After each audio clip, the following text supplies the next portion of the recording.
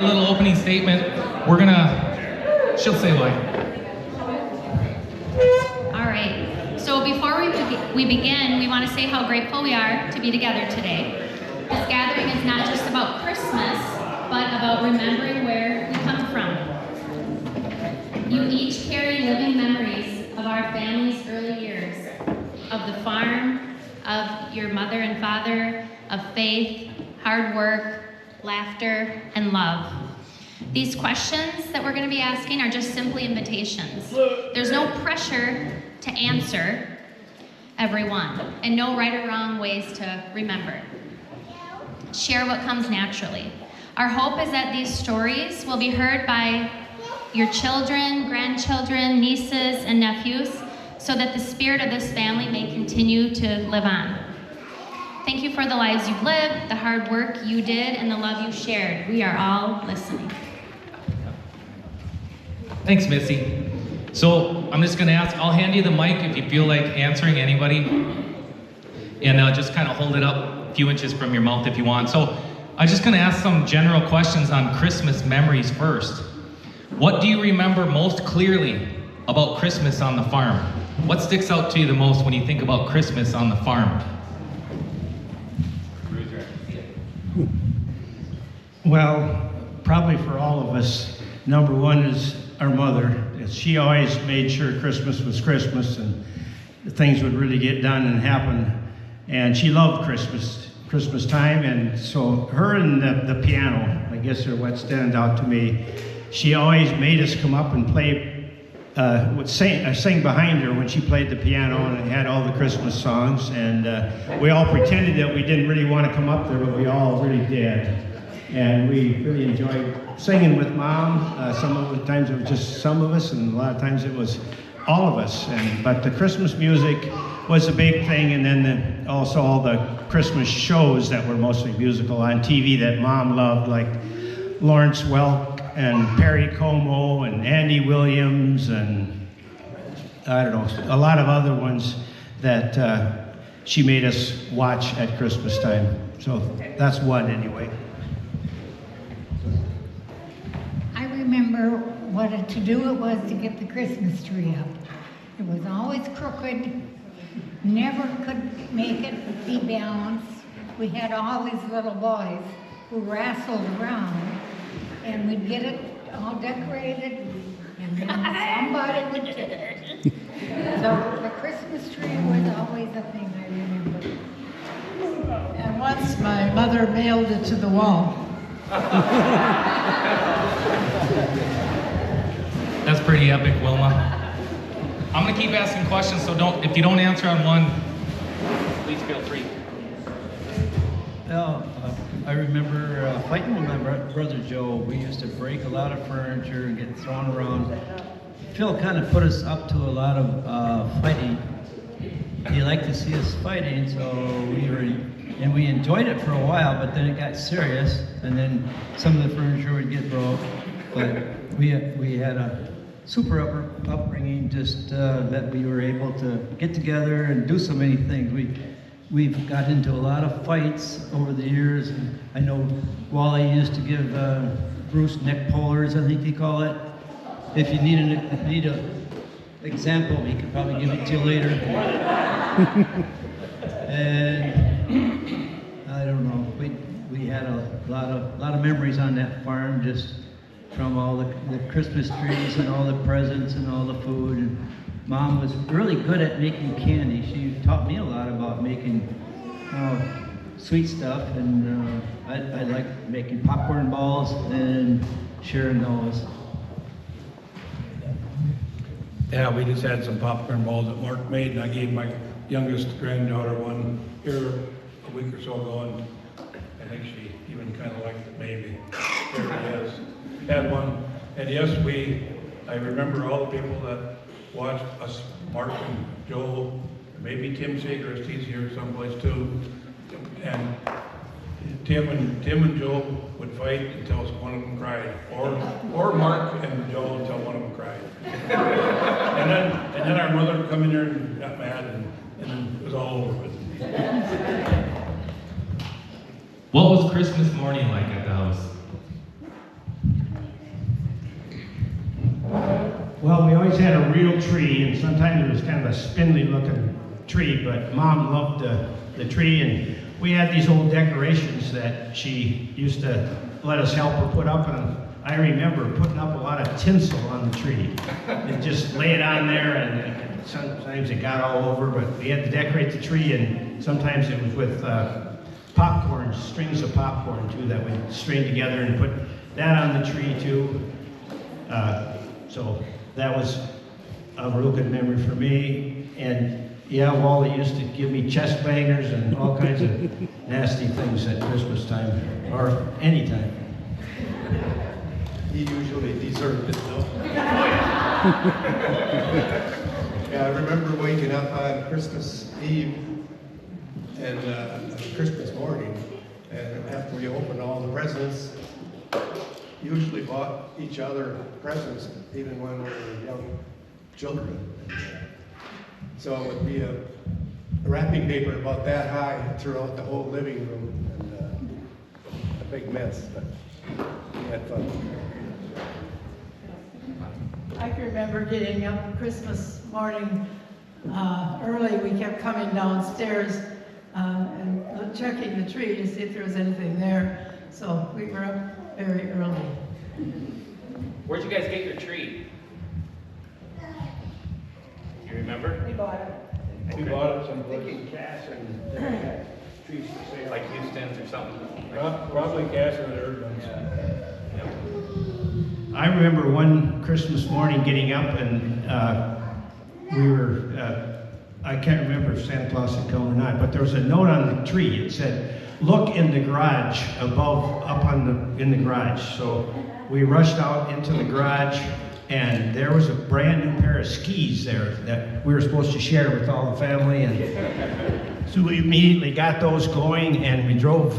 We had a hayfield next to our house, and Wally would get on those skis, and we'd hook up the tractor with a rope and go around and around that field and pull everybody on those skis. They were just one cheap pair of skis, but they lasted quite a few years. And they might have been the ones that you broke your collarbone on, I'm not sure, that we had at the house. I remember a pair of skis, and we'd ski down off the haystack. Then they would thrash, and there'd be a haystack out, and we'd make like a ski jump kind of thing. I don't think it was very high, but we sure had a time with it. I also was terribly silly and giggly, and the neighbor boy would do these fantastic things, and then we'd giggle. And I was in the doghouse most of the time for laughing about something that wasn't really funny.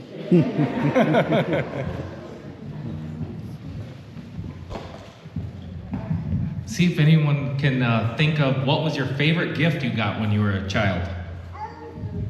Maybe it was the skis for some of you, but yeah. I got a wooden box from Grandma Munson, a wooden box. I still have it to this day.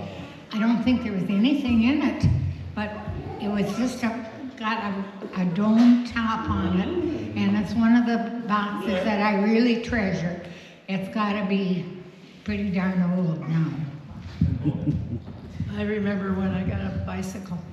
It was hidden in the little house out by the, I don't know what house that was, but for the, somebody slept in. Huh? The hired man's house, I guess, yeah. I think my favorite present was a pair of ice skates. I think I went to Cass to go shopping at Miller's Used Goods. I'm sure she bought a pair of used skates, and that was pretty special. Well, I know when I got to be a teenager, how we dressed became more important, and Mom always kind of focused on some kind of clothes for us, which we really needed anyway, but they were nice gifts that were appreciated. If you get a new shirt or a new pair of jeans or something, they were pretty nice to get, and we used to get clothes for presents oftentimes. And Randy remembers a red wagon. Yeah, Randy remembers a red wagon that he got for a gift that he really liked. Cool. Nice. Do I remember anything? I remember the skates that Wally talked about, and all of us brothers used to go skating on the creek. We probably went every weekend. We went skating in the wintertime. We all had skates. Wally got some new figure skates, and we all had hockey skates, I think they were called. But Wally got some new figure skates, which are the ones that they wear at the Olympics now, I think, kind of like that. But we all liked them real good. And we got, like Bruce said, mainly clothes and different things. And when we were younger, we probably had 2 or 3 pairs of blue jeans that we wore that we could go to school in at least. But we didn't have a lot of clothes like we all do now. Just another word about ice skating. We had a creek running through our land, and sometimes in the wintertime, the creek was always frozen. It'd be full of snowbanks and you couldn't skate. But every once in a while, the water would come on top of the ice and melt the snow, and it would be perfectly smooth for like miles. And we'd get, especially if it was a nice moonlit night, you could go and skate for 2 or 3 miles up and down the creek. That was pretty special.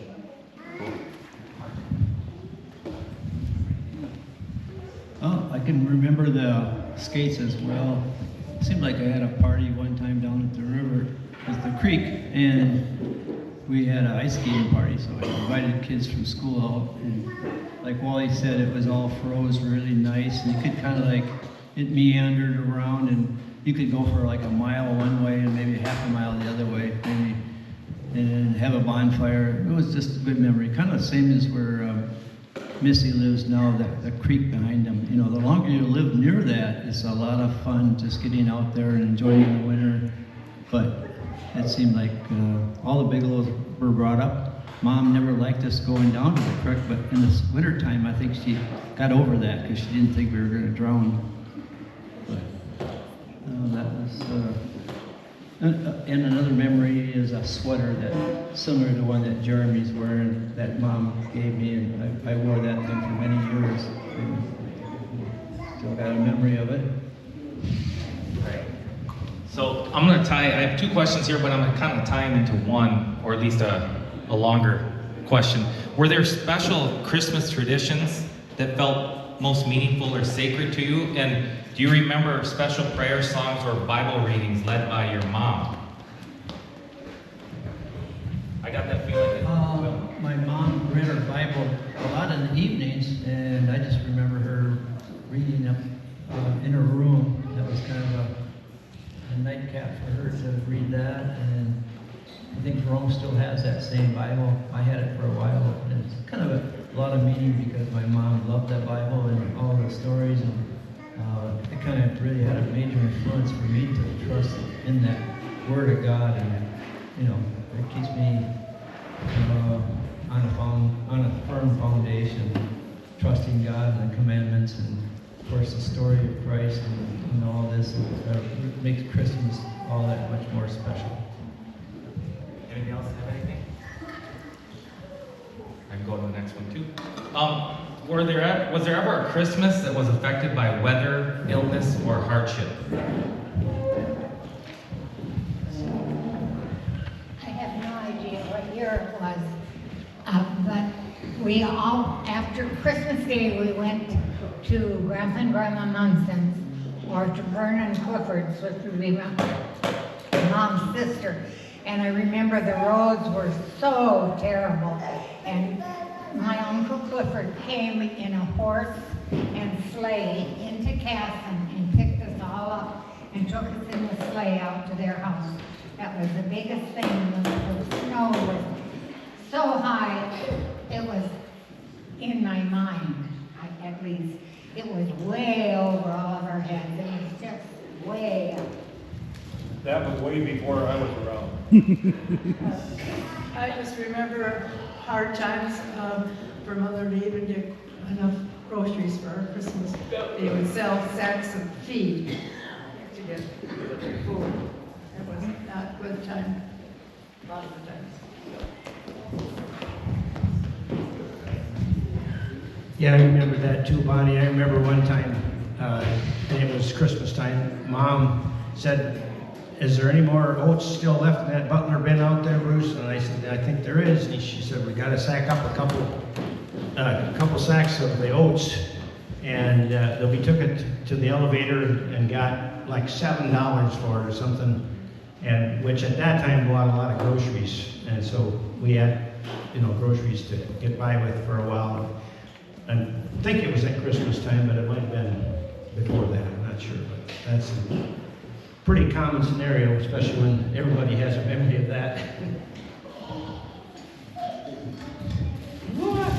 Now that I think back, I didn't realize then, but I remember how poor we must have been. I didn't know that at the time, but I know that a lot of the other kids in school had a lot more than we did, but it didn't really bother me at all at the time.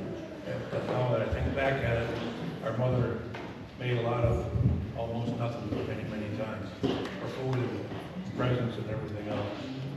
And I'm so blessed and lucky that all you people are here. We all are, because our mother would be so happy to see that you're all here, that you're all part of this little family. Thank you. Yeah. Yeah. I'm gonna ask you one more thing, Jerome. Don't leave yet. I don't mean to hog the mic. I have two things I want to say. First of all, thank all of you who took your hats off. My grandpa always wore a hat, summer or winter, and he had it on always. And the minute he'd come to the table, he'd take it off, hang it on his thing, and he always said, "Men who were born in the barn wear their hat."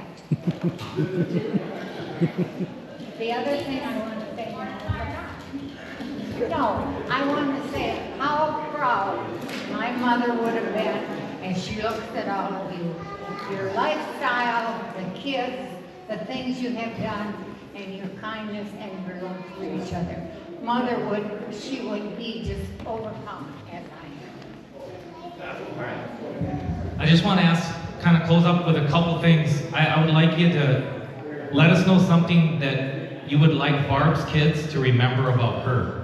What's her? What do you remember about Barb, and what do you want her kids to hear? Barbara was the little girl. She was kind of a puny baby, always puny. And I remember once we were proud of her because she was cute. We went to Sunday school and we dressed her all up in a nice sweater and we buttoned it up. She unbuttoned it in Sunday school, took it off, and she had an old gray undershirt on. I was so ashamed. That undershirt was so terrible looking.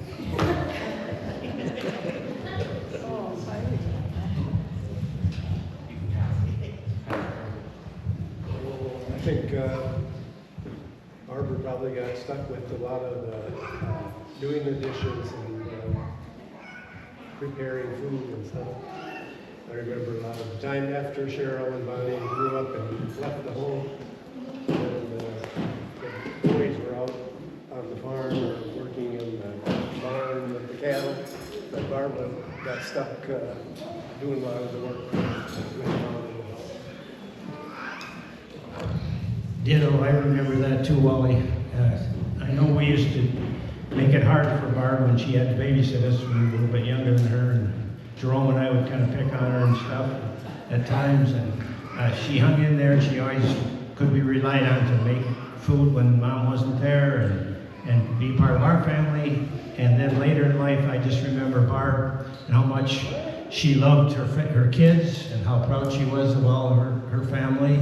And she wasn't always able to, because she lived further away than most of us, wasn't able to be there for some of the activities and events, and it always bothered her that she couldn't, and how happy she was when she was able to move back to Casson for that little short time before she passed away, that she was excited about that, and we were excited to have her there for that little short time and just be more close with her siblings. So that meant a lot to us to have her there. Yes, we were all started meeting the Barb, me and Mark and Bruce and Randy even. Barb made food and she made some cookies and she made a cake and she tried to hide it and we found it right away, of course. When she wasn't around, she went upstairs or something, we all ate it all up. And we were real mean to her when we were little, but she was really good to us and helped raise us when our mom was off working. That's about what I remember as well. She took care of us a lot with all the food preparation. But I do remember, I think I was in elementary school, and I went to the class play that she was in, and she played the role of a housekeeper. But I just thought she did such a good job at her part, and I was proud of her. Yep. And then, thank you for all that. And also for my dad, what would you guys, similar deal there. What do you think of? Growing up. Oh boy. My Joey is on 4 years older than my daughter, oldest daughter, and he was always a little bit jealous because we would come and Grandma would pay attention to her instead of him. Plus the big boys would all pay attention to Julie, who would sashay around like she was somebody important. But I love Joey. He was a stinker. He would get into all kinds of mischief. He was a stinker. Yeah, same. I love Joel and I was pretty close friends with him. Bonnie, we can hear you. Yeah, I love Joel and we were pretty good friends, I think. He was always there for me and I guess I'm in Casson because of him. So. Joel was exactly 10 years younger than me, so we probably weren't that close during the early years, but during probably the last 5 or 10 years of his life, I think we became friends, more than just brothers, but also friends. And I miss him a lot.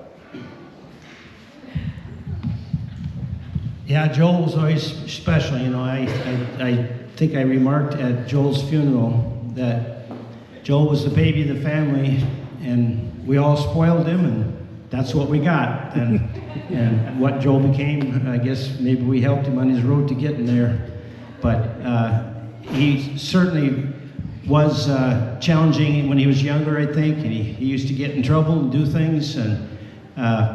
But as an older person, the last 10 years or so, when we were able to spend more time with siblings and stuff, Joel was just a loving brother, and so always, you know, every time you left his house, you could hardly get out of there. He wanted to give you something before you left. You had to get something from him, and he was bound determined to do that. And he was just, you know, loving and caring and sharing his last few years. And I know he really appreciated all his family. He was so proud of his kids, and really felt loved by everyone, I think, and he really was.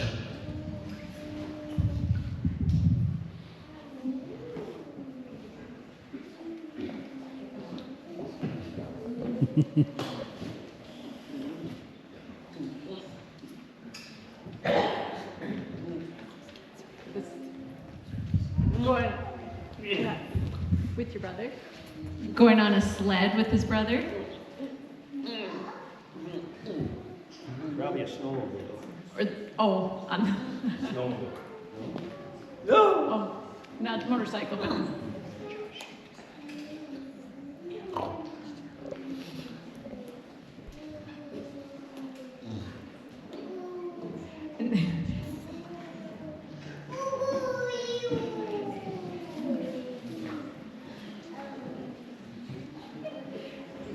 he enjoyed going on the sled and going around the curves. Yeah, that he really enjoyed that.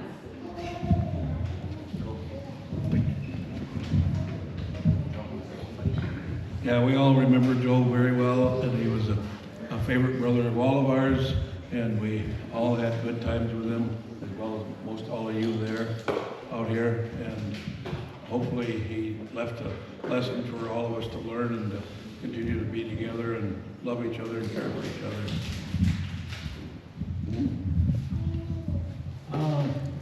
Yeah, I've got so many memories of being close to him in age from that younger time.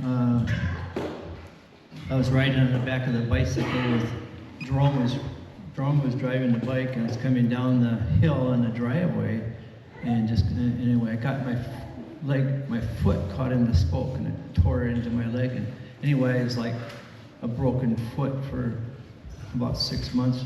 Joe pulled me around in a wagon, so that was one of my first memories of a good brother. Then we got into fighting, and anyway, we had a lot of good fights. Sometimes we'd fake it for a while, but then it'd get serious. But overall, I just liked that he was a good giver. He always gave from his heart and loved everybody. That I don't know anybody that didn't like him, because he was just a likable person, as he was our brother. Thank you. Let's give him a round of applause. Oh, you got one more thing.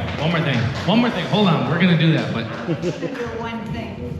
To give you an idea about Joel, the first time I brought my husband home to meet my parents, Joel was, I don't know, maybe 3, 2, I'm not very big, but he could talk. And he went down in the basement and hollered up as loud as he could, "Shit, shit, shit, shit." Sounds good. that's funny. I don't think he ever stopped gabbing his whole life, But yeah, my siblings and I were just very grateful. We feel very lucky and fortunate to have you all as aunts and uncles, and I can say that for all the cousins as well. I know we all feel that. We're lucky to be part of this family, so let's give it up for these folks here.